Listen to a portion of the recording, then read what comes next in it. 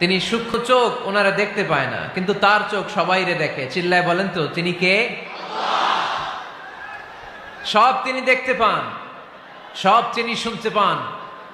সাত আকাশের উপর সিদরাতুল মুনতাহা, তার উপরে আল্লাহর আরশ, তার উপরে আল্লাহর কুরসি, সেখানে আল্লাহ তাআলা সমাসীন। এই আরশের উপর থেকে আল্লাহ তাআলা জমিনের অতল গহ্বরে, কোন জঙ্গলে, কোন গুহার ভিতরে কোন পিপিলিকাও যদি হেঁটে যায়, আল্লাহ বলে এত উপর থেকে ওই পিঁপড়ার হেঁটে চলার পায়ের আওয়াজটাও আমি আল্লাহ শুনতে পাই। এজন্য কেউ যেটা শোনে না শোনে কে? কেউ যেটা দেখে না দেখে কে? কেউ যেটা পারে না পারে কে?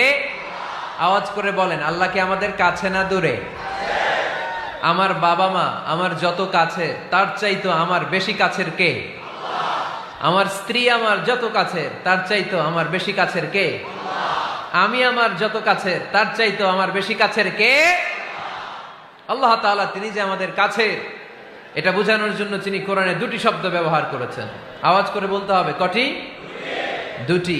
এক জায়গায় ব্যবহার করেছেন করিব, আরেক জায়গায় ব্যবহার করেছেন আকরাব।